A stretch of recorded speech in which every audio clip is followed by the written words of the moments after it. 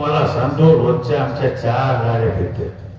मी आहे, बापू आहे, नाना आहे, आता शिवराज आहे. कोणाचं सुख असतं दुःख असतं. अहो एखाद्याची दुर्दैवानं जर कधी एखाद्याचं निधन झालं नातेवाईक येत नाही पण आमची गाडी तिथे येते. दवाखान्यात एखाद्याचा ऍक्सिडेंट असेल ते पेशंट असेल ते असं घरचे जात नाही दवाखान्यात पण आमचा माणूस त्या दवाखान्यात हजर असतो. कोणी बिल कमी करायला सांगतं, कोणी कॉड द्यायचं मागणी करतं, बेड द्या मला. जे काम असते ते काम आमच्या 3 ॲम्ब्युलन्स फिरते आमच्या. किती मोफत सेवा करण्याचं आम्ही काम करतो. अहो लग्नाला सुद्धा नातेवाईक येत नाही पण आमची गाडी लग्नाला असते. कोणी म्हणतं साहेब अचानक लग्न ठरलं मग नाना आहेच लग्नाला 12 वाजून नाना लग्नाला असते. अहो कुंकू ठेवायला आम्ही असतो, लग्नाला आम्ही असतो, नाव ठेवायला आम्ही असतो, त्या लेकराच्या वाढदिवसाला सुद्धा आम्ही असतो. मला सांगा इतकं सोपा तुम्हाला मंत्री आणि इतके सोपं तुम्हाला आमचं घर भेटणार नाही. पुढे काय येत्या गाड्या आता निवडणुकीत गाड्या द्या मदत होत नाही काय मदत सांगते आमचा काही संबंध नाही राजकारणाशी.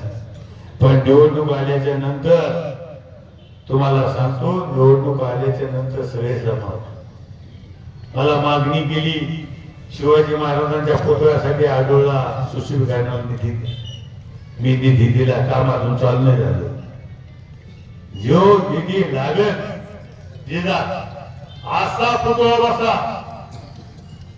तुम्हाला कसा बसायचा कसा बसा. मी तुम्हाला सुशिक्षितांसाठी निधी तसं शादी खाण्याला देतो म्हणलं, संविधान भवनला दिलं, सगळ्या समाजाला ज्यांना निधी लागत त्यांना निधी देतो. फक्त दिलेला निधी याचं व्यवस्थित सगळ्यांनी काम करावं, चांगलं काम करावं. माझी आपल्याला विनंती की जे राज नसते ते काम करून घ्या. कोणी हुकून चुकून राहिले असतील आता मान्य वाटत कोण राहिलं. जे राहिले हुकून चुकून त्यांचा नाईलाज त्यांचा नाईलाज त्यांचं सगळं लक्ष इकडे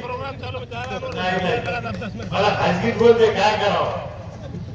मी म्हणलं तुम्ही आहे तोपर्यंत तिथंच राहा, वेळेवर बघू आपण काय करायचं. आणि मला एक सांगायचं मी ज्या गावात जातो त्या गावात लोक म्हणते साहेब आम्हाला प्रवेश करायचा. काय कारण विश्वास.